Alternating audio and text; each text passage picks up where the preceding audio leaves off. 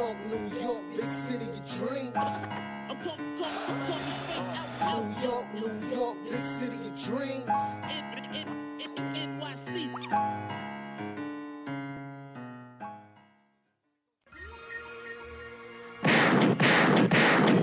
What's going on? This is Jay Ellis from Nick of Time Show. Here to give you that Knicks talk just in the nick of time. And we have some news today that I certainly didn't expect. And maybe you guys did not expect it either. The Knicks have just signed Payne. All right, Payne has officially been signed to the Knicks, or about to sign to the Knicks, for $3.1 million deal, reported by Shams. And we're going to talk about what that means for these Knicks and all the implications of that deal, because I know some of you guys are wondering about Miles McBride, what that means, and what that means for Knicks in the future. So we're going to break it down for you guys. Before we do that, I'm going to introduce you to our guys. It's the man. Well, he's not here. It is the Latin assassin, our guy, the Escobedo. What's going on, Lee? What's up, everyone? After much speculation, found out a little bit of a news break for the Knicks, and I think it's the second domino to fall before there's another trade. Absolutely. And just to let you know what there is to come, we also will be talking about some center news also as well, because Ian Begley did indeed report that the Knicks are looking for a high salary veteran center. Very peculiar choice of words. It's one of those things that make you go,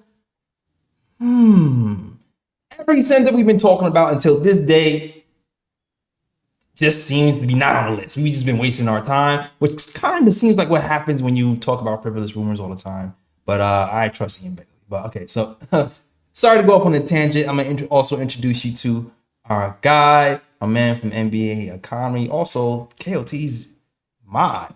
Best mod in the game, who also, man, he doubles as a moderator, right? He posts links, he be on LinkedIn, he be tagging people, he be reposting stuff, and he at the same time he's a content creator now. My man, are you Caribbean? Because you got like 600 jobs. My man, Fritz Alessandro. What's going on, Fritz? Haitians never sleep. Haitians. Well, yeah, can't get away from politics. Of course, we got to talk about campaign. I like that. I like Let's go. He does comedy on Mondays, all right? Does it all. All right, let's get to it, man.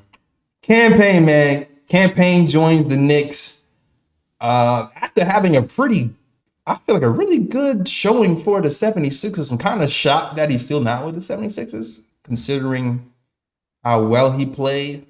The 76ers signed him in the midseason from the Bucks when they were having problems during the season. He was a spark off the bench. There was a game where he scored 23 points off the bench for them versus the Lakers.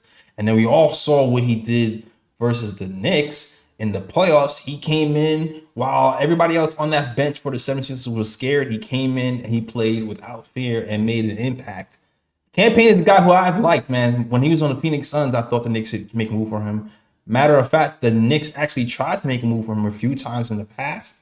So I shouldn't be surprised that he's here now, even though I am. So I'm happy he's here, but I'm also slightly confused. So we're going to talk about it. So Lee, I'll start with you. What do you think about the move Payne to the Knicks? Overall, I really like it. Even if this just ends up being an end-of-bench move where he plays spot minutes in certain circumstances or barring injury, knock on wood, I like it. He brings a lot of playoff depth. And Ian Begley reported that was one of the things Leon Rose wanted, was someone who is not scared to shoot. I think we have seen the guys who have came to the Knicks, whether it's through draft, sign, or trade. If you were scared to shoot in the playoffs, you will not be on this team. And that's RJ Barrett, that's Quentin Grimes, that's Emmanuel Quickly, that's Obi Toppin. Is that presence Achua? It could be. Now, it presents an interesting issue because Deuce McBride, not scared to shoot. Payne, not scared to shoot. So we'll see what happens in development of the roster spots between those two backup point guards. I mentioned them because they both play the same position, around the same height, and play very similar games. They're also both very good three-point shooters and have been for the last 2 seasons, both in this regular season and the playoffs. So Campaign, dog. I think we were kind of missing someone, especially with iHeart leaving, who is an energizer on the court, someone who plays with his emotions on his sleeve. We have a lot of quiet guys. Randall is really the only one who galvanizes vocally. Everyone else just kind of plays real even-keeled. Doesn't show a whole lot of emotion. Campaign is not that kind of guy. Campaign is a dog. Yeah. And he plays off of emotion and momentum. So he hits that first three, he streams in the opponent's face. You can probably bank on 3 or 4 more threes coming before the game's over. I like those kind of guys. Me too. It's important to have 1 or 2, and Campaign fills that niche. No matter what we do, depth is good, and I'm glad the end of the bench is being fortified. Yeah. What are your thoughts, Fritz? Because I know you have plenty. No, I think it's a great move. We really saw in that 76ers series, not only Campaign how well he worked, but there was this a time where we were like, who's gonna stop Maxey? Who's gonna stop Maxey? And now we have Mikal Bridges, but you can imagine a situation where you may not have to use Mikal Bridges on him. So he's a good defender. At the same time, he isn't a zero on offense. Yeah. There's plenty of point guards who are good defenders, but they're a zero on offense. So I think he's a well-rounded player who could play point guard and a little shooting guard if needed. Yeah, he's a mix and match player too. It's funny, if he had to play, I think he had one of his best years in Phoenix when he had Chris Paul and Devin Booker there, and he was really had to camp out with the 3 and play defense. No, but he actually had a really good year when there was injuries with Phoenix Suns. That's when he really started to flourish. Not my brain is going back. But look at these shooting, the three. I love shooters. I'll be talking about shooters. 3 and D guys, I love those, especially on a team like this. 54% from 3 is ridiculous. 54% from 3 in the 19 to 20 season is crazy. 45% from 3 is crazy. Shot 39% from 3 last year. Off the bench in limited minutes. Big trade. Love this move.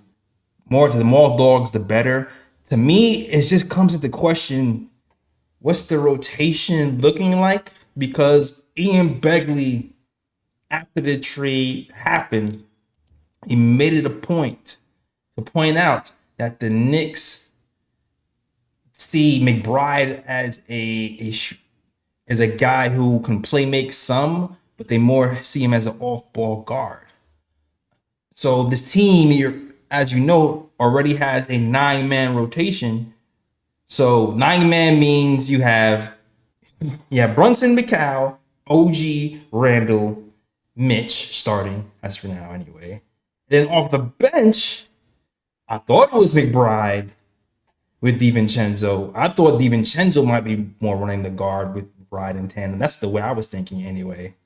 Then you have Josh Hart, of course, and then maybe you will have like Randall playing with the second unit some, or and then maybe Sims. That's what I was thinking might be the plan.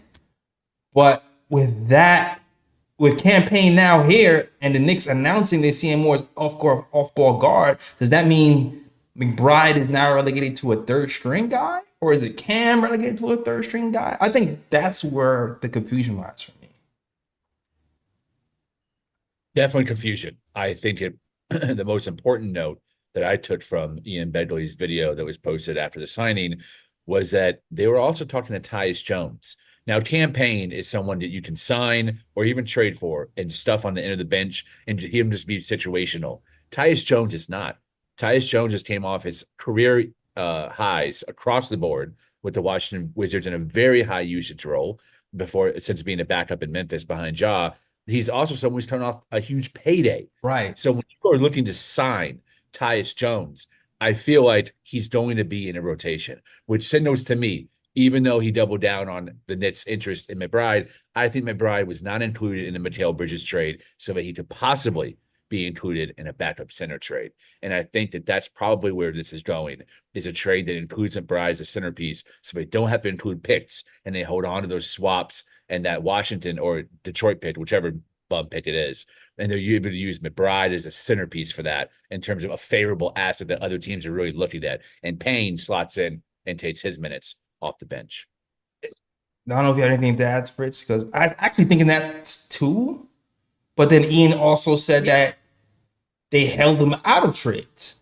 So I don't know if things have just changed lately because of the way things unfolded. Well, I think they held him out for this specific trade. They didn't want to include him in other ones, so we could use him in case iHeart left for the backup center role. And by the way, I hate this. I hope this doesn't happen. I'd rather just run with Sims and Precious and not trade McBride. I'm very partial to McBride. I do not want to trade for him. I'm not advocating to trade for him. It's just what I think the optics are showing us. I agree. What do you think, Fritz? Well, in the NBA, in trade, everybody always wants good players. Good and cheap is something that's rare, and that's where McBride is right now. So he has special value. So they probably want to hold on to him for something they can't get otherwise. Something where a pick isn't enough, or a couple picks isn't enough, where you have to give real value, and his value is better than his play. It's actually his contract. Yeah, I agree. I agree with all your assessments. The fact that the Knicks are going after Tyus Jones signals to me the Knicks don't necessarily see McBride in the rotation, which kind of baffles me a little bit. But I guess if they're going after a center, that changes everything. Because I also talked about before, Ian Begley, sneaky man. You sneaky, Ian Begley. Ian is sneaky. I'm gonna tell you why Ian is sneaky. Because Ian, he'll write certain things, right? And he'll highlight things in his writing. What he's been doing sometimes is he'll drop a bomb in his little 2-minute video excerpts and not write it down. So it'll go under the radar for a minute. But his last video, he talked about how the Knicks are looking for a high salary center, which kind of led us to come up with a few names. Actually, I was Googling. I was NBA center's salary. Enter. And we came up with a few names, and we're going to talk about that. And it might be related to this whole campaign trade, even though Ian says it's not. I trust Ian most of the time, but nothing else makes any sense. Yep. Nothing else makes any sense. So we can talk about the centers that we have come up with, unless you guys want to expound on anything I just said. No, I think you hit the nail on the head. And if you are going to trade McBride, at least campaign as someone who has a ton of playoff experience, someone who has played deep into the playoffs as well. He was with the finals Phoenix Suns team, already has familiarity. You saw the corny video with him and Mikal Bridges doing the dance during the warm-ups. So there's some continuity there between him and Bridges. But he's also someone who has played important minutes and important rotational minutes and all the way into a finals run and a Western Conference finals run. So he's not a bad backup point guard, especially with the additional playmaking of Devo and Hart next to him. And as you said, if Julius Randle's playing with the second unit, that's a lot of playmaking you have on the second unit with the bench team as well. So it lessens the need for McBride to be on ball and allows him to either be off ball with this unit or somebody else slotting in as a backup center. Yeah. Even the fact that the Knicks gave their new rookie Tyler, they paid him a lot of money. I think they paid him the most second round has ever gotten. Yeah. To me, that even signals something, possibly, that they don't just see him as some regular second rounder. That they're trying to butter him up to keep him around longer. That's what it looks like to me, anyway. But also when they paid him a little extra, that allowed them to go over the luxury tax line, to have access to their exception. So.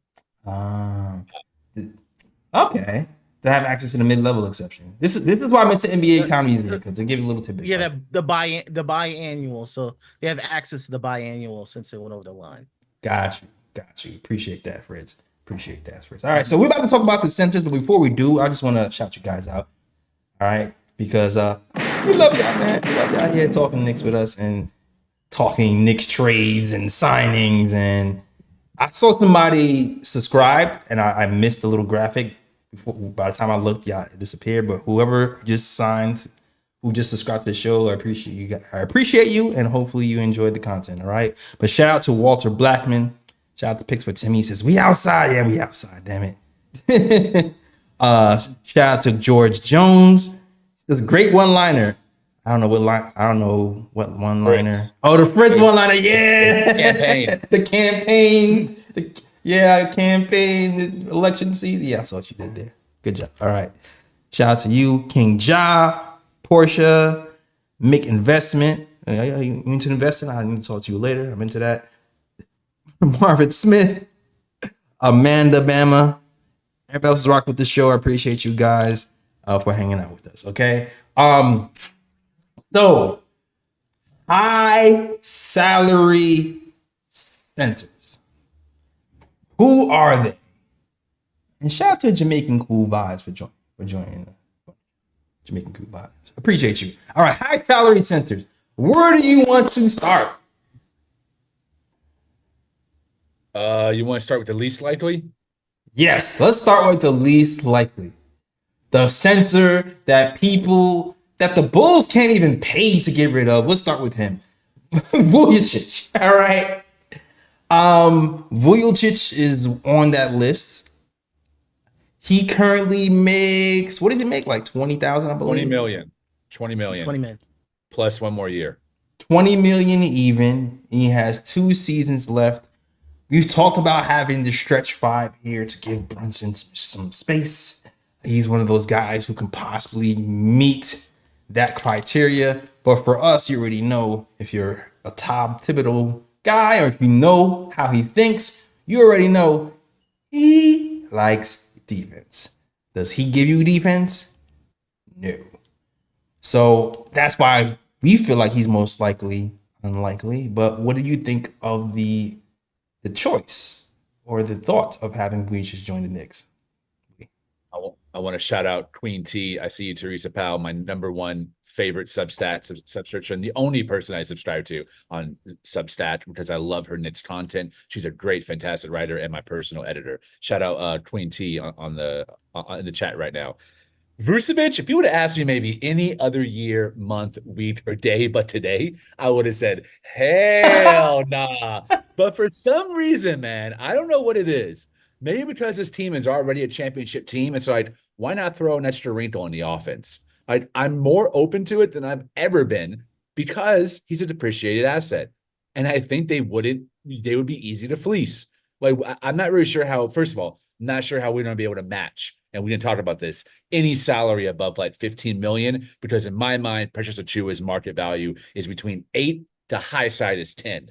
So if we can't stagger minimum contracts, I don't know how we combine salaries to hit Vucevic's 20 million. But let's just say fantasy wise, we're able to. It's not just a shooting. I like the spacing, period. He's actually a better playmaker than we think from the high post. He used that more in Orlando than he has in Chicago. Chicago, he's had been leaned on as more of an offensive weapon because of just their lack of offensive talent with all the injuries. But in Orlando, the offense was really initiated through him. And he played a very similar role there as Sabonis is now in Sacramento, where there's a lot of dribble handoff passes and then him turning around, catch and shoot threes, or running to the rim and then making choices in the short roll. He's a very talented offensive player, not just as a 3-point shooter, but as a catch and shoot mid-range shooter. And man, the touch around the rim is money. You thought iHeart was beautiful to watch around the rim. Vucevic would be immediately the most skilled center we've had offensively since Patrick Ewing. But that's not saying a lot because we've had a lot of bums outside Tyson Chandler. I like Vucevic because he can hit the three and he has a lot of playoff experience, obviously not with Chicago, but during those years in Orlando, where I would argue he was the best player on the team. So adding him as a backup gives you a different wrinkle. Hey, if he gets burnt, bench him, put in Sims. I like that because he'll just be happy to be on the team and have a chance at winning. You went that able? I'm not even gonna hold you. I'm not even gonna hold you. I'm shocked too. This is the last few years. I mean, let's talk about it. The last few years, he has been a 3-point shooter by reputation and not exactly by name, because the percentages have been dropping steadily. Maybe because of his role in Chicago, where they have a lot of high volume shooters there, and he's not getting the ball as much. When he's here, it'll be more the same. You're not probably going to get the ball as much here with Jalen Brunson and Julius Randle and those guys. So I kind of feel like I'm not sure if that's the recipe for success for us with him here on this team. Unless maybe he's come with the second unit, then maybe I can see it. But of course, like I said, Mitch Robinson, you kind of have to game plan for that. If he's injured, he's going to have to play with the first unit. And that's when I kind of scratch my head on the fit. Now, as far as what trade would be had, I'm thinking shout to Fritz. And Fritz can expound on this after I say this. Fritz mentioned before, Precious Achiuwa, he feels like, well, I felt like Precious Achiuwa signing is taking so long because they want to sign and trade. Fritz specifically said 2 pods ago, I believe, that he believes that the incentive for Precious Achiuwa waiting is that he can get more of a payday if he waits, so we can sign and trade him and he can get around $15 million. Correct, Fritz? Is that what you were saying? Yeah, you get a lot more than he's probably worth. So if you can sign and trade him for $15 million, and the McBride thing is making sense to us, then at that point, if $15 million plus McBride is $5 million, is 20. Now you have your money to match Vucevic. And we can also stack on top of that a trade exception if we still have one to make it so we don't take back as much money. So like it would make sense monetarily wise if we do something like that. Wait, did you just say sign Precious to 15 million? Yeah. That's would Chicago take back that contract? That's a massive overpay. It's a so what you would do is you would sign and trade him for a 3-year and only make 1 year guaranteed. So they basically take him, and end of the year they cut him. So 3 years at 15 million per. Yep, and so basically they keep him for a year, and then they cut him after a year. And then they get McBride on a team that's rebuilding. I see. Okay, so it is possible. Yeah. Well, if his 20 million is possible, then there's some other guys that are possible now too. Exactly. Yeah. Exactly. Okay. There's a lot of things that are possible, and that's why they've been holding on to him for that long. I have a question. One more while we're staying on this cap thread, and we have Fritz here. I know you have to send out more salary when you get back. So if Precious is 15 and Deuce and Bry is 5, and the trade exception, how much is the trade exception? No, actually, we can't use a trade exception in a trade. We can't use a trade exception in a trade? No. But we were able to do that for weren't we able to do that for Macau? To reach the second apron? We were able to stack the trade exception with Shake Milton so we can send out more money so we can reach the second apron. So you can stack the trade exception. No, you can't. We didn't use. I don't think we used the trade exception. We did. We did. We stacked the trade exception on the Shake Milton trade. I don't remember that either. I definitely remember that because I was trying to figure out how in the hell are we going to send out more salary so we get that second apron, and because I was thinking about, because they said specifically you can't stack trade exceptions. We didn't stack trade exceptions. We only used one trade exception with Shake Milton, and that was. And we have 2, or we had 2. We have multiple. Yeah, we have multiple trade exceptions. Yeah, we had 2. And we used one in the Shake Milton trade. Well, let me ask this: how much are trade exceptions? Like, how much salary would that be? I think we have 3 million left, 3 point something million left, I think. So that would barely put us over sending out more than we're bringing back. I think so. I'm going off of memory too, because I know we had multiple. Yeah, we don't have access to it right now. So the Malachi Flynn one, we don't have access to. So we can't use it. No. Were you able to confirm if we used one, the Bridges trade? We didn't use one. I'm pretty sure. I'm because we used all we used all players. We signed. Was it a player exception that we used? I know we used an exception. Is it a different exception that we use instead of a trade exception? Because I know we used an exception. We used a sign and trade. The chat is saying they might have expired. That's interesting, George Jones. Okay. Well, I guess you know what? Fritz is trying to check that, talk that out. I guess we can advance the conversation a little bit. I guess we can even approach it on whether both scenarios, if we had the trade exception, if we had the exception or not. But I'm pretty sure we had multiple. I'm not sure about expiration dates though. But I'm pretty sure we had multiple. But all in all, I mean, I guess it wouldn't be the worst thing in the world. I guess the best thing about that trade is that there aren't any suitors for Nikola. Right.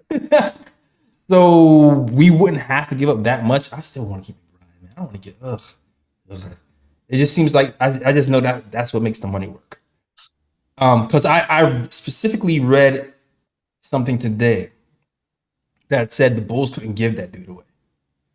Yeah, I did too. Um, I want to add, if we trade for Vucevic, I do not want to include McBride. That would skew the trade negatively for me, because Vucevic isn't fit. You're hoping for like everything to work out perfectly, and for him to add that new wrinkle to the offense and hit 37% from three at the center position. That's a lot of like what ifs and wishes. I'm cool with it overall. I just wish there's another way to do it besides McBride. To say McBride and all these different moves that we made and not use them, and then use them for Vucevic. it's like it's a little dirty. Even if no picks are included, it's still underwhelming. Yeah, but it's just like, if the Knicks are looking at Tyus Jones and we already have a 9-man rotation, like it just doesn't seem like McBride is in the plans to get rotation minutes like I thought he was. Agreed. Which leads me to believe that he could be included, even though Ian says they're not trying to. So I don't know. It's just conflicting. It's conflicting signals to me. I don't know. It's conflicting signals to me. Yeah. And the reason I think the Knicks are looking at a high salary center is that they just don't want to box themselves in financially. Mm-hmm. So you don't want to be in a situation next year and 1 through 14, you like every single player on this roster, but you want someone else, and all you have to trade is a $2 million player. Right. That's a good point. So they want somebody flexible. It's kind of like the Fournier Bogey. situation. Yeah, Bogey, Fournier, is the same situation. Yep. You want somebody who's kind of flexible, who has a contract that is easy to get rid of. Yes. I agree. And preferably a veteran, someone who has like proven performance metrics you can look at and say, oh, he's done X, Y, and Z in the playoffs. I agree. And no. sure, we can look at his stats real quick too. So what you looking like? Fire. Look at that short mid. I'm telling you, touch around the rim, unbelievable. Yeah, I'm having flashbacks of he was hitting 3 against us that last game. that last game, all of a sudden he was freaking Steph Curry for 3. He was actually killing us in general that last game versus the Bulls. And ironically, Precious Achiuwa was the only one who kind of gave him any problems. He was the only one who was able to slow him down. But as you see, mid-range killer for sure. 83rd percentile. All mid-range. That short mid-range specifically. Yeah. The 3-point shooting fell off a cliff. Really shot really well that first year when he had Ball with them, and then 32%, 35%, which is okay for a big man, 35%, but you really want to have him be that 39-40% shooter like he was to really be effective. So not my first choice. I still like defenders, especially with Jalen Brunson here being the guy who's at the helm. I personally would like a defender behind him.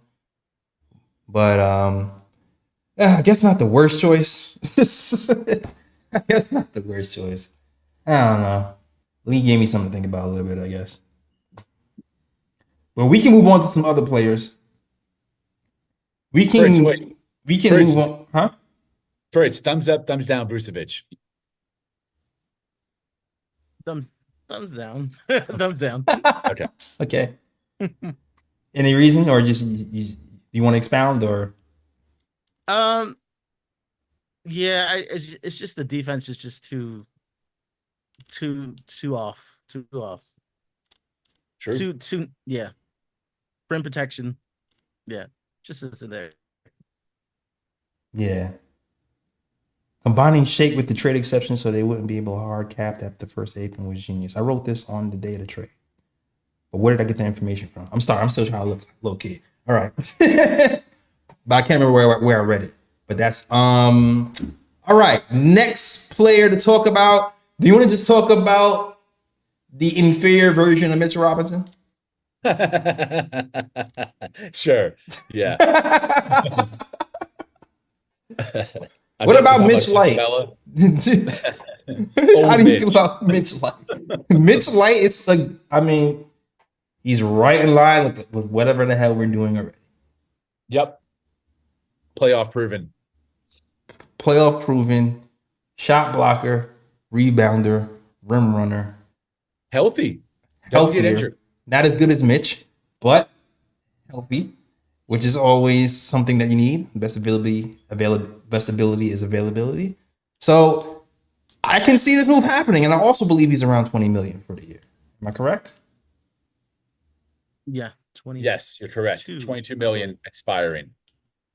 22 million expiring, which pretty much goes with Fritz's line of thinking, which is, I'm not sure if you said this on camera, Fritz, because I know we were talking behind camera, but explain to the audience what your line of thinking is for the Knicks and the type of salary big men they're looking for. So maybe someone they could flip toward the deadline, somebody they can bring in now and then trade later on, or flexibility for the summer. Right. So self-explanatory, really, with Clint Capela. I don't think anybody has any objections to this. I would be surprised if they did. Do you? No, it's the most meh of the pickups.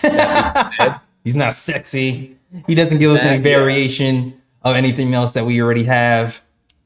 Meh is way better than what we have right now, though. And that's no disrespect to Jericho Sims or Precious Achiuwa. Clint Capela would be a massive upgrade over both of those guys. And what I like the most is his playoff experience. He's got playoff experience both with Atlanta and a long stretch with the Houston Rockets before getting replaced during the small ball era. But yes, Mitchell Robinson's better overall. But there is one metric that Clint Capela blows him out of the water in, and he might be the best at this outside of Derek Lively, is in the pick and roll. The dude is incredible at knowing where to be, knowing where the lobs are being thrown. He has really soft, dynamic hands. He can catch and finish. He can finish in contact. He's a bad free throw shooter, but he can at least draw the foul upon contact into the defenders in foul trouble concerning the opposing centers and bigs. So I like that aspect of it. Him and Trae Young have been running the best PNR in the league since Trae Young got to Atlanta. Like, it's been really elite, and it's their number one offensive weapon they use, and they use it a lot. So having an option like that, where Mitch, I know we say he doesn't get the chances, and they don't throw lobs to him. But what I've seen when they do throw lobs to him, he doesn't have the greatest of hands, and he has trouble finishing through contact. So I would like to have Clint Capela just for that element alone, because it's so deadly in today's modern NBA. I agree. And we also talked about Robert Williams before, too. Yes.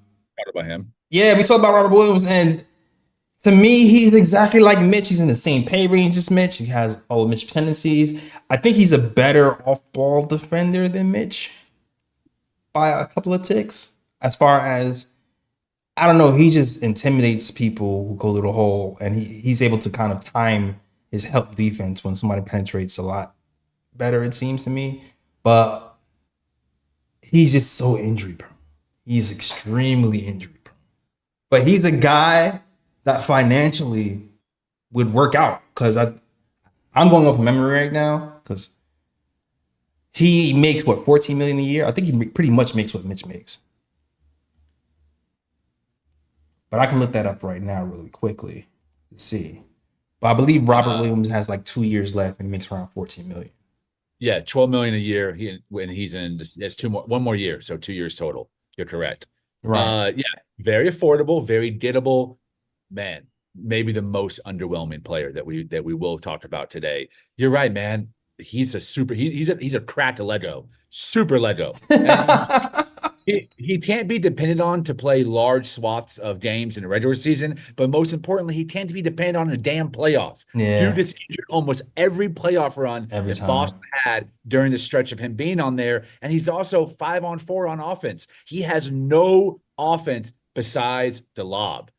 So it's like if Mitch can only be activated through a lob and he can only be activated through a lob, that really limits your spacing and versatility on offense. I hate the injury concerns. I hate the minimal offensive output, and he's not the most high IQ, high skilled player. He's not perfect in terms of fundamentals and by making bad fouls. There's a lot of question marks there. I got no interest. That's a thumbs down for me.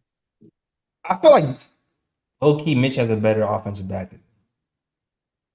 Like, to be honest with you. Like, I know people don't really see it but the flashes that Mitch is shown, think about the flashes that Mitch is shown where he's taking centers off the dribble from the 3-point line. He's by no means Hartenstein when it comes to passing, but he led the league in second chance points on 3-point shooting passes 1 year. It's funny, even last year when he first came back, he started trying to imitate Hartenstein's passing from the foul line, passing people cutting. So I feel like he wants to even explore that a little bit more. But not to say he has his huge back, but I actually feel like he's more offensively gifted, potentially, than Robert Williams is. But yeah, True. I agree. My More reason not to get him. Fritz, thumbs up, thumbs down? I don't know. For me, it's kind of a thumbs up because he's probably the most available one there. And he's the one that I think if we got him, it wouldn't cost us deuce. Yeah, like, that's exactly what I was thinking. Like, go ahead.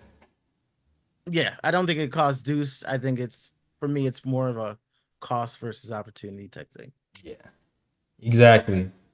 It's cost versus opportunity. It'd be the cheapest. It'll be the cheapest one for sure. Portland is kind of rebuilding. Maybe they'll take a second with it or something like that, if anything. Who knows? They also get Precious Achiuwa in the sign and trade as well. And it's within range. It'll work out. It'll work out for us anyway. I see people mentioning DeAndre Ayton. Oh, hell no way in hell that's happening. Hell no. Super bum. First, I was running. Believe me, I was even running with Ayton. I don't think Ayton would be a bad fit if his paycheck was half what it was now, but his paycheck is what it is. And we got two guys on this roster can attest the lack of dog in that guy in Bridges and Payne who played with him in Phoenix. I guarantee those two guys are like, oh hell no, don't bring that bum in the locker room. With all the talent he has, he does not have that bite, man. I do not like the lack of fire. When you have multiple dogs on your team and they're all saying the same thing, when I say multiple dogs, because he was in Phoenix, but Chris Paul and Booker and all those guys, and he still didn't seem to get it, that is a bright red flag to me. And not to say that he can't change, because he can grow up and maybe he can develop, but I don't know. That to me, where we are right now, we need somebody a lot more mature, even with his skill set. Jay, I'm going to say, I don't think he is going to mature. I think he is who he is. This is his second team. When you're not mature on a finals team, it's in the finals to win a championship, and you're playing with Chris Paul, I don't think you're capable of having a fire lit under your ass. He went to Portland and was given the keys to the franchise and underproduced. I know statistically he had good numbers, but I watched the Portland games. Man, it's a lot of junk opportunities. It's a lot of bailout opportunities, a lot of garbage time opportunities. Man, even though he stayed healthy, you don't want that type of mentality in this locker room because it's infectious, and you don't want someone who's young and immature causing antics with a team that has only one thing on their mind, and that's winning a damn championship. Hell no to Ayton. He's a bum. Now, I agree. But I'm watching KP be more mature. So, and we already know what he did in New York with his brother and try to overturn the organization and think he was the man. So he went through that stage and he humbled himself. So I don't think the chapter is finished on that kid. That doesn't mean I want him here. I definitely don't want to find out. I definitely don't want to find out. He can stay over there with all that talent. For real.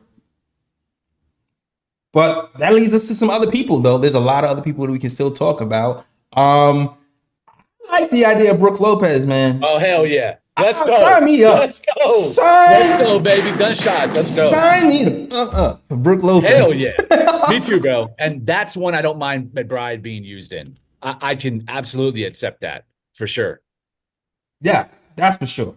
Like, and no matter how you slice it, because if we end up getting a Brook Lopez, and I've seen some rumors, Ian didn't say it, but I definitely seen the rumor out there that said that the Bucks might be looking to move Brook Lopez. Yes, confirmed. Multiple outlets. Yeah. I've also seen a rumor. This is not confirmed because I ain't see Ian Woe say it, but I also seen a rumor that the Knicks and the Bucks have talked about a trade, but that's like some off brand something that I saw that I'm not going to report on here because I'm not a clickbaity guy. I'm only mentioning it now because Ian Beckley said the Knicks are looking for a high salary center, and the Bucks are reportedly looking to move him. And on top of that, Ian also reported that Precious Achiuwa had drawn interest from many contending teams. Bucks, for all intents and purposes, qualify as a contending team. So maybe there's smoke there. I know the salary thing is a little bit weird because how much does he make, Fritz? 23 million? 23. Expiring. Yeah. So 23 million expiring. So I'm not sure how the money would work. That might be a stretch for us to have Precious for 15 plus McBride 20. I mean, if my theory is correct and we can stack a trade exception, that would put us at 23 million and a little bit of change.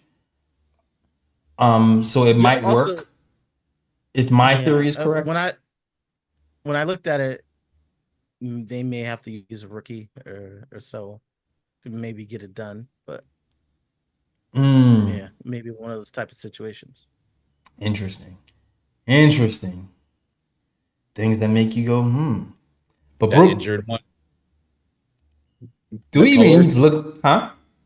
Are you talking about the rookie McCullough? Just using one of the signed rookies, I think, probably. Oh, one of the signed ones. I don't think McCullough. Yeah, because he hasn't been signed yet.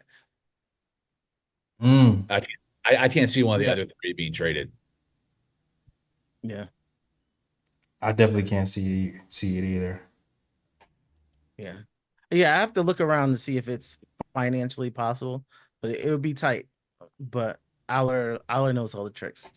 Aller definitely knows all the tricks. Can I make a case for Brook Lopez? Listen, go ahead. The chat's cooking us because he's 36. They're cooking us because they don't want to give up McBride. I understand those sentiments 100%. But it's obvious that Leon is trying to get a backup bid. I think that's pretty damn clear. I agree with some of the sentiments in the chat that it doesn't have to be an offensive player. As long as they rim protect, and block shots and rebound, that's really all we need. I also agree with that. But I am a champion. Brook Lopez, who was a starting center, probably the third best offensive player in that championship run. No disrespect to Jrue Holiday, but the man was automatic from three and hit some big threes in crunch time against the Suns.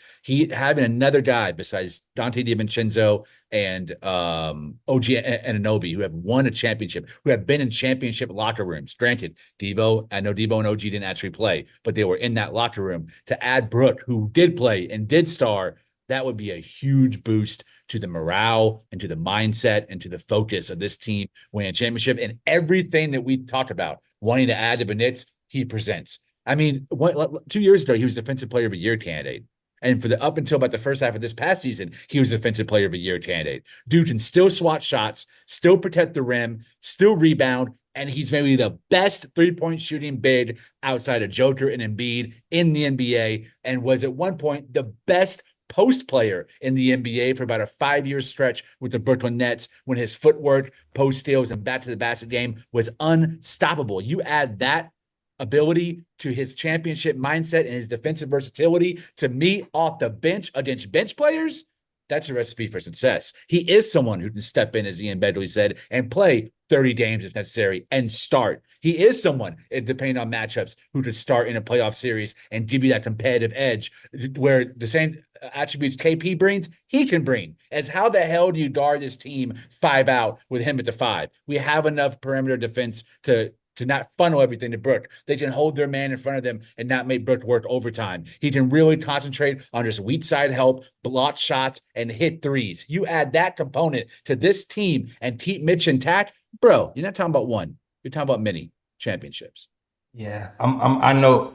I don't want to move McBride either. Like, if we could find a way to do it without moving McBride, I would jump out of my room and scream down the block if you can get Brook Lopez here without moving McBride.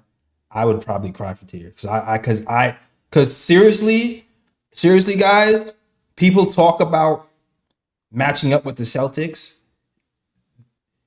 That would, to me, having him here would pretty much seal the deal, because I understand. I see someone talking about his rebounding issues. We have Julius freaking Randle here, though. Like, we're good on rebounds with Julius freaking Randle here, and we still have Mitch here. We still have Josh Hart here. We have a lot of rebounds in other places to kind of litigate that. Like, the balance for our team is going to be. Yes. Also, do I remind you what happened when we saw Jalen Brunson with a stretch 5 in Dallas? And so when Jalen Brunson's playing with stretch 5 in Dallas, he pretty much took out the Utah Jazz down there by himself. That room is going to open up everything for us, and it also takes less pressure off Randle for having to be a 3-point shooter too, because we can actually post Randle and have everybody else kind of be outside. And the chat is. I'm sorry. I'm sorry. I didn't mean to interrupt. My apologies. Yeah, you can post man and have everybody else kind of be outside and be shooters. So offensively, it would be great. Defensively, like Lee said, perimeter defense is going to be an issue with him. I'm not even going to hold you. It will be an issue. Perimeter defense will be an issue with Brook Lopez. In the post, though, he's fine. He's still a shot blocker. His defense is still good enough where he's not going to be a liability. And we still have other guys. If defense does become a liability, we can still play Mitch. We can still play Sims. We still have those tools in our tool belt. So that's the way I'm thinking about it. I can see the age being a point of contention for you guys, but I feel like we can win a championship next year with that. Straight up. I'm not even going to hold you. That's people who are harping on his age. Did you not forget that the World Championship Boston Celtics employed a 37-year-old Al Horford to play defense? I think that actually when the finals commenced, he's 38. So a 38-year-old Al Horford played the backup center position for the championship Boston Celtics. Everything that Al Horford brought to the table, Brook Lopez can bring and more. Imagine having Brook Lopez for the next 2 years, maybe 3, depending on what that re-sign looked like, manning the backup center position. Al Horford came in and creates incredible spacing for that team while setting great screens. Another great attribute of Brook Lopez. He sets great screens. He's great in the dribble handoff. Why would you not want to add a veteran savvy championship caliber player in the backup spot? It just makes perfect sense. We just saw it work as a success with the Boston Celtics. Yes, Horford's old, but he's still efficient in his role. Yeah, and just to be clear, I don't want to give up juice. I don't want to give up juice in any trade. I'm just reading the tea leaves. I'm just seeing the fact that the Knicks were looking to sign Tyus Jones, and we didn't have the money to do it. The Knicks came out and said, we do not see Deuce as an on-ball guy. We see him as an off-ball guy, and we already have an off-ball guy named Dante DiVincenzo, which means optically it looks like Deuce is the odd man out. So I'm putting together the tea leaves. I'm just putting together tea leaves. The Knicks are so focused on getting a ball handler. To me, that signals they don't have Deuce being in the rotation, which means in my mind, they might be trying to move him. So if they might be trying to move him, I'm going, okay, who they might be trying to move him to. And I don't want Deuce to be moved. I want to keep Deuce. Let me make that clear. I want to keep Deuce. I'm trying to project what the Knicks are thinking based on the moves that were already made. That's all. Agreed. That's all I'm talking about. 1,000%. I agree with your sentiments completely. And that's all I'm saying. Yeah. No. Also, a lot of times people just take the position of saying backup center and think, oh, we just need a body. The Knicks had concerns last year with Mitchell Robinson, and those concerns were realized. They're gonna go into this year making sure that doesn't happen again. Yep. If Mitchell Robinson goes down again, is there someone who is qualified to start? Right. Somebody who could take over if Mitch goes down again, and he would definitely be a guy to be able to take over Mitch's spot and not skip a beat. Exactly. Knicks 100 at GM says we got to figure which Randall we getting. Time will tell, but whatever Randall we get, the Randall that we know shows up every year is a Randall that rebounds. Like, no matter how he shoots well, doesn't shoot well, he rebounds the ball. Yep. So if you're worried about rebounds with Brook Lopez on the floor, you're worried about the wrong thing. To be honest with you, if there's any trepidation about Brook Lopez playing, it's his perimeter defense. That's really, to me, perimeter defense and maybe transition defense might be his two weaknesses. Other than that, he still plays pretty good team defense. He still blocks shots. He'll be fine here. That's the way I see it. Yeah. When you play next to Giannis, like, how many rebounds do you think you're gonna get? So, I mean, that's the reason why he doesn't average 10 is because he plays against Giannis, and Giannis, he's averaged like 13. And they have him out there to stretch the floor. Yeah. So, same. It's ridiculous to complain about acquiring a player who is currently the starting center for a championship caliber team. Yeah. And he's gonna be a backup for us. That's like, why the hell is anyone complaining about that? It's mind-boggling. I do that in a heartbeat. Same. Heartbeat. I'll have him back us up. Another guy that we can mention that I didn't think about, but thank you, Lee, for kind of mentioning this. Steve Adams. Steve Adams, he is a guy who fits the Tibbs mold. One of the best offensive rebounders in the game. Was injured versus the Memphis Grizzlies. Was traded to the Houston Rockets. And as Lee said, Houston Rockets have a glut at the big position. So they might be willing to move him, correctly? Yes, obviously, Sengun, all the reports, as much as I wanted to fantasize, he is not being moved, and for good reason. He's a future superstar. And then Jock Landale, who showed great strides last year under Udoka and is playing great in the preliminary rounds right now. For Australia, he gave it to the U.S. and Embiid is also playing well. So it made sense that Steven Adams, coming off of a season injury where he missed a majority of last season, is on his last year of his deal, making only $13 million expiring, made sense as a potential backup. It would fortify us as the greatest offensive rebounding team maybe of all time, having him and Mitch at the same time, both playing centers. You know what I like about having Steve Adams here? I like Steve Adams versus Joel Embiid.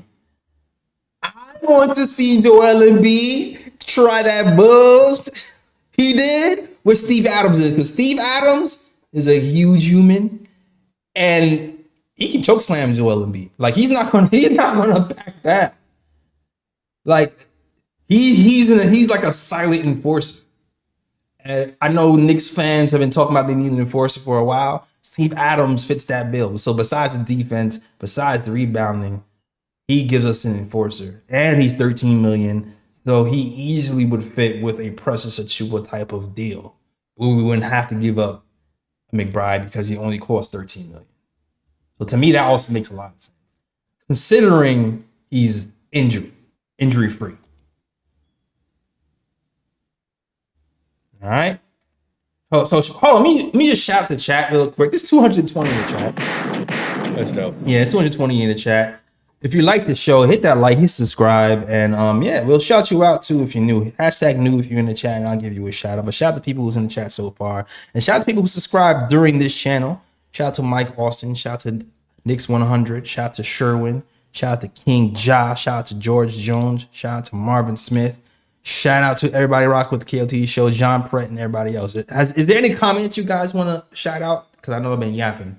I want to give these guys a chance to shine too, who are in the chat. Shout out to Jabroni Z. I don't think I've seen you here before, Jabroni. Shout out to you. Shout out to my ops, Pits for Timmy and Sherwin. Good to see you guys in the chat. I always love a competitive spirit and shading over my takes. I appreciate you guys. Keep me humble. yo, shout out to Picks. I love Picks, man. Picks is on my favorite. Mike Austin says, now Adams, I wouldn't mind if he's healthy. Him and Mitch and 50 offensive boards a game. Nah, it would be insane. Having the first and second best offensive rebounding centers in the game on the same team is kind of crazy. Anthony D, I see you, man. Salute. Sherwin says, how many Randalls are there? All NBA Randall. You already know. Sherwin's going to defend Randall. You already know that. If you ain't gonna do nothing else, you're gonna defend Randall. But I'm with you. I don't like the way people are kind of just throwing Randall by the wayside, like he wasn't killing it in January.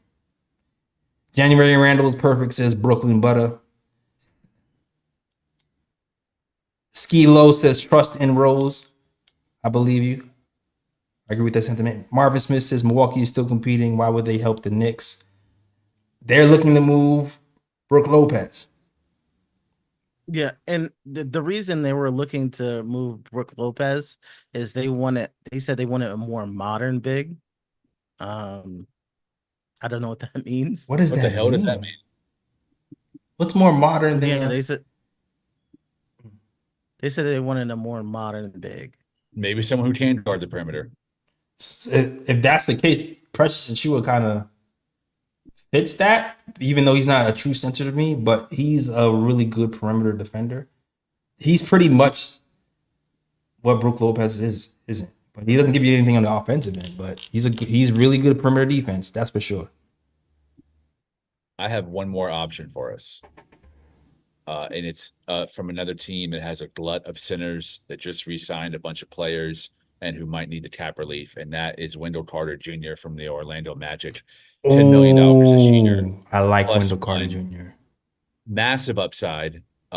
Maybe the second best short mid-range player on this list that we've talked about after Vucevic. He's unbelievable around the rim. Great catch and shoot in the mid-range.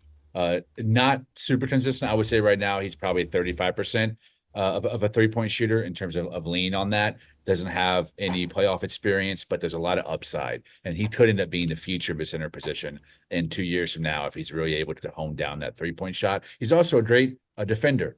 Probably the one weakness is rebounding, and the secondary weakness would be offensive rebounding, but he can learn how to do that with Tom Thibodeau as his head coach. There's no doubt that he will improve in that area. We saw in Isaiah Hartenstein, every other big that's played for us. So I like the option. I think that would certainly take Deuce, but it also might mean that we get someone like maybe a sign trade Markelle Fultz, or maybe what's that guy whose dad played for the Knicks and he plays for him, point guard. What is his name? Who's on? I know. Cole. Grades. Yeah, Cole Anthony. Yes, Greg Anthony's son. Yeah, he just resigned. I think he just resigned, right? I think he did. I think he did. Okay. I think Markelle Fultz still might be open though. Yeah, I believe he's still a pending free agent. But Wendell Carter Jr., if I had to rank the guys that are possible here, I would say Brook Lopez is my number one choice. Wendell Carter Jr. is my number two. I like that. And, man, I guess Clint Capela is kind of my number three, because the rest of the guys all have major injury concerns, or Vucevic. I like that. Wendell Carter Jr., $11 million for 2024, 2025, $10 million for 2025, 2026. So that works out for us for sure. They probably wouldn't take that much more salary. Maybe that means that means Precious gets 12 million maybe or something, or 13 million.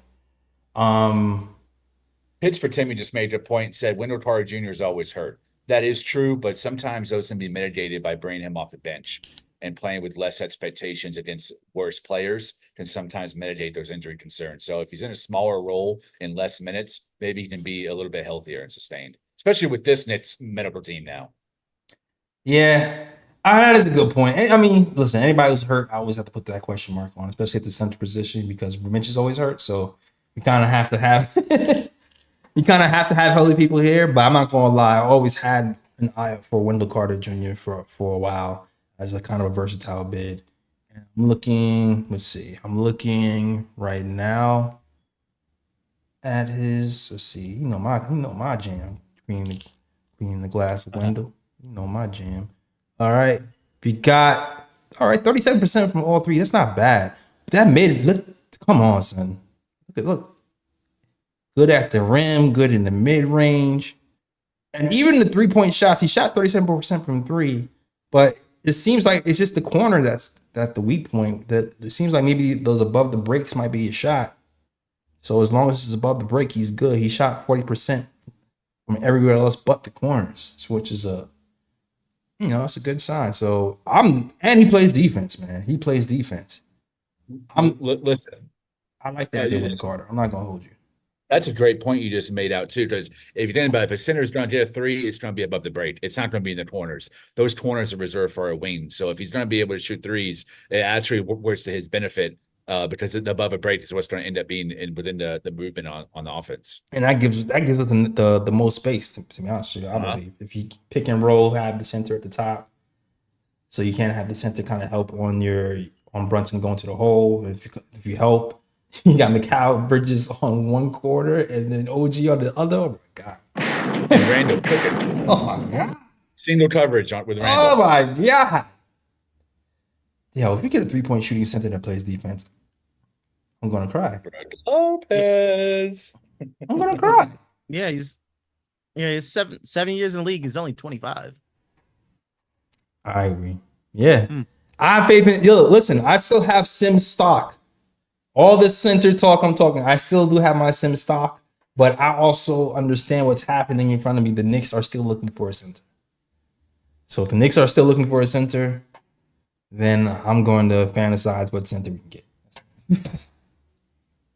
But I still got my sim stock, and I see that man working out in the off season with David shooting jumpers from the foul line. I see him working. All right. Jay, do you want to buy my sim stock? I'm looking to sell. I'll buy it, David. I'll buy it. Buy low. He's a good kid. He's that sim stock looking like Nvidia right now. It's just a GameStop stock during the pandemic. I'm just not sold on Sims, man. I think he's got a low floor and an even lower ceiling. I don't think he can get much. It's the same way I thought about RJ. I don't think they're the same kind of player, but I saw the ceiling on RJ, and I kind of see it on Sims too. I know Ebony would roast me right now if she was here, but I don't want to doesn't mean get rid of him or dump him or trade him or any of that. I just don't think that he can end up being the backup center. I just don't.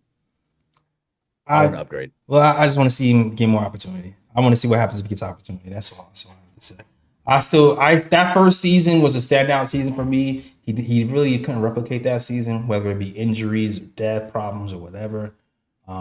But that first season to me when he was the Knicks and the way he guarded still kind of stands out to me. So I still think there could be something there. I haven't given up on him completely. So that's just the way I see it. I feel like I talked about every single person I wanted to talk about. I don't know if you guys have to mention anything else. Lee pulled out that Wendell Carter Jr. at the buzzer. Wasn't even thinking about Wendell Carter Jr. I like that. I do want to say one thing, man. That's a very off topic. I've been really impressed that James Dolan, for a couple of years in a row, has been a summer league watching the young players. I think that says a lot when an owner who is kind of known as like a misanthrope and just like a really like grumpy, egotistical, maniacal bastard is actually at games showing you who he really is in the summertime, hanging out with the guys that he put in charge and just enjoying the players that are on his team and like watching them and rooting for them. I think that's kind of cool because he's gotten a really bad rap. I've ripped him, and he deservingly so. But these last few years since Leon Rose was hired, there hasn't been anything he's done. Even like the stuff at MSG and the cameras and the lawyers and all that. After he threw out Oakley, I was furious. But since that moment, there hasn't really been anything that's really pissed me off. And I like the fact that he's been very supportive of the team, not just the flashy guys, but the summer league, man. I think he was there during Leon's first year at the helm, and that's impressive. And I just want to give him a shout out. We appreciate you, billionaire. Yeah. Well, historically, you know, well, I was actually watching Gilbert Arenas' podcast recently, which I've not watched a lot because he was getting on my nerves. But I don't know, they've actually been talking good about the Knicks lately, so it's been really strange watching them. But Kenny Martin was on an episode, and he talked about how James Dolan was really nice to him, and he really takes care of his players. Like he emphasized that the Knicks is one of the best was the best franchise he's ever played for. Yeah, he said that. Wow. He definitely said that. He said they're very accommodating. He said they had a bunch of medical guys on staff. They had people just taking care of the players after every rim. So he really liked the way that he moved. And I think a few players have said that outside of Oakley about how the Knicks treat them. The thing with Dolan has been the fans. That's really what it's been. It's been Dolan versus the fans. Well, it's been mostly the fans. And the thing is, we've been winning for the last few years. So there's been no reason to boo. And since there's been no reason to boo, Dolan doesn't have that inkling to throw any fans out. So everybody's happy. Everybody's happy. When we win it, the fans are happy. We don't say fire Dolan or sell the team. Everybody's happy. That's the product of winning. He finally shut up and fan. Exactly. He finally shut up. Yeah. I think he's always been like pretty good owner. Like there's always stories about James Dolan, like lending his plane out or helping players out, not even on the team. So, yeah. Nah, I agree. Yeah, he signs the checks. Good on it. And I got even props to Raw. Hebrew Remnant has always said that he has given a lot of Black people executive positions, head coaching positions, GM positions, front office positions, and that's very true. He was doing it when it wasn't popular and wasn't cliche as well, as it is now. Sometimes you just had a front face when there's actually not much control there in the organization. So shout out James Dolan. He just didn't hire necessarily the most smartest people, but it is cool that he brought in people of color, specifically Black people in executive positions and head coaching positions. Even though sometimes they sucked, it's cool that he understood that everyone deserves a chance. I agree. He just hired somebody else last week too. COO, yeah, new COO. That's from Brooklyn. Yeah, another Black man. Shout out to James Dolan. That's dope. Yeah, those are positions that really matter. COO. Listen, that's dope. Very cool. I appreciate that. Keep talking about Black jobs, right?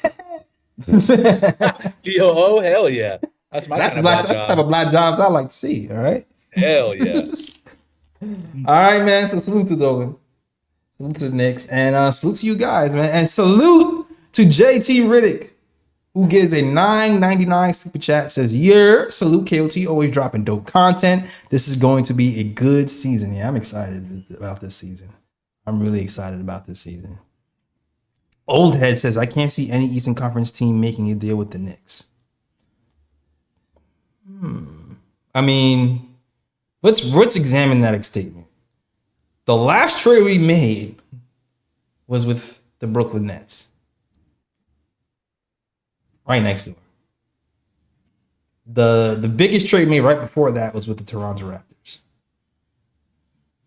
So I have my ideas of who we can trade or can't trade with, but at this point, I'm gonna just shut up because Leon Rose is pulling miracles out of his head. That's all I gotta say. Yeah. Also, trades about getting what you want, and some of the teams we talked about, especially Milwaukee, has no assets. So, second round picks, those are things that they just don't have. And if we give them what they want, I'm sure they'll give us what we want in return. Didn't we get 5 second-round picks during the draft day trade too? That's true. I think we traded some back though. I think we traded the number 26 pick to OKC for 5 seconds. Right. Listen, Milwaukee, we got 5 seconds. We got 5 second round picks. Charlie Brown Jr. has a huge ceiling. Listen, buy that Charlie Brown. That's a fact. We got. Come on, baby. Yeah, I think we cut Charlie Brown Jr. Jacob Toppin has a high Jacob ceiling. Toppin has buy that Jacob Toppin stock. Future dunk contest star. We'll bring buzz to Milwaukee. Buzz. All right, man. I'm good, man. I feel like we talked about everything we need to talk about. Anything else you guys want to mention? No, great show. Yeah, good show. Good show. And appreciate you guys, man. If you like the show, hit that like button, hit the subscribe button. We'll be here talking about Knicks news that's important to you guys and us. Certainly, we'll be waiting to see if a center move is actually made. And when there's one actually made, we'll be here to talk about it. So definitely hit that like and subscribe. And hit the notification bell too. I usually don't say that, but hit the notification bell too so you don't miss any shows. And when we do go live, you can check us out. All right? All right, cool. All right, guys, you like the show?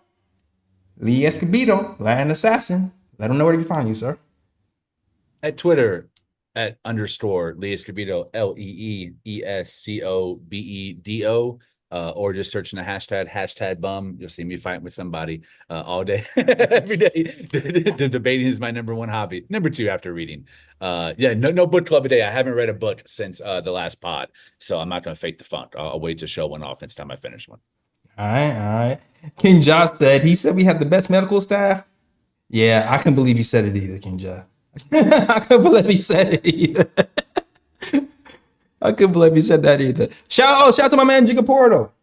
Oh, what's up, dude? Yeah, shout out to you, man. Anthony D said great show. Appreciate you, Anthony D. All right, man. Fritz, let them know where they can find you, man. Yeah, you can find me Fritz handles on Twitter, on YouTube, NBA Economy Show. Definitely the summer's not over, so Knicks is still making moves. We got a lot to look forward to. We got August 6th when Randall becomes eligible. So it's gonna be interesting few weeks. Yeah, if Randall becomes eligible, that'd be huge. Because I always give Randall the credit for being the first to take the pay cut, even though Brunson's getting the glory at this point because of where the team is. And he deserves all the glory, for sure. But Randall definitely took a pay cut after he had a phenomenal season and helped us out. So shout out to Randall. Hopefully he gets another pay cut. I don't know. Hopefully. Jay, you know me. I'm the president of the Randall Stan Club, man. That's my guy. Yeah. So hopefully that's my guy. Hopefully he circles back. And it's also been reported that Mikal Bridges might do the same as Jalen Brunson and give us a pay cut by signing an extension. So keep a lookout for that. And when's the date for that to happen? First, do you know the date for that? I believe they say October. October? So October is as soon as you can sign the extension. So we can have news about Mikal extension in October. So stay tuned for that. Whew. All right, that's the show. Thank you guys for watching. You can find us at the KOT Show on Twitter, the Knick of Time Show on Instagram, and the Knick of Time Show on Facebook as well. Please hit that like button and subscribe to the channel, man. And shout out to everybody who shouted us out to on the go out. Skilo, I see you. Thank you for the compliment. All right, that's the show, guys. We are out of here, and you know the drill. As always. Shout out the Worldwide West. Everywhere we go, we leave a worldwide mess. It's a mess out here in these Knicks YouTube streets. That's the show. We out this month. Peace. New York, big city of dreams.